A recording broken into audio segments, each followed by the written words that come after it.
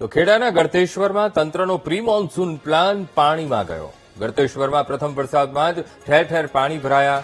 તો વાડજ ડભાલી રોડ પર શેઢી નદીના પાણી ફરી વળ્યા। તો જીબી સબસ્ટેશનમાં પણ વરસાદી પાણી ઘૂસે તેવી સ્થિતિ ઊભી થઈ છે।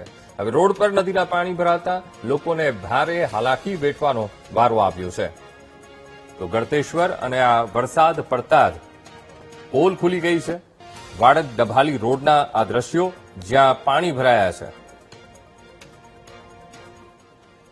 અમારા સમસ્યા એક છે કે વર્ષોથી અમે કહેતા આવ્યા છીએ, વર્ષોથી કહે છે, વર્ષોથી અમારો કોઈ રસ્તો કરતા નથી અને આ પાણીનો કોઈ નિકાલ કરતા નથી। અમે વર્ષોથી આવ્યા છે, સાહેબ આટલા પાણીમાં અમાઈએ છીએ। અમારા ગામના વિદ્યાર્થી ભણવા આવે છે, બિચારા તકલીફમાં પડે છે, આવા જવા માટેની તકલીફ છે, પણ કોઈ રજૂઆત કરી, કેટલી રજૂઆત કરી, પણ કોઈ સાહેબ સાંભળતા નથી। અમે ઘણી રજૂઆત કરી સાહેબ, અમારે પાણીની તકલીફ બહુ છે આવવા જવાની।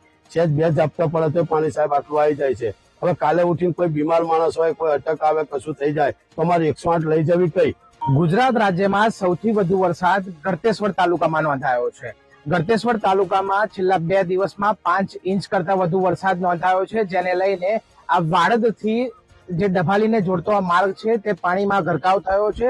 ઢીચણસમાં પાણી ભરાયા છે માર્ગ પર, છતાં પણ આ વિસ્તારના લોકો આજ રોડ પરથી જવા માટે મજબૂર બન્યા છે। આ બીજી તરફ વાડજનો સબસ્ટેશન છે ત્યાં પણ તેની બહાર પણ પાણી ભરાયા છે।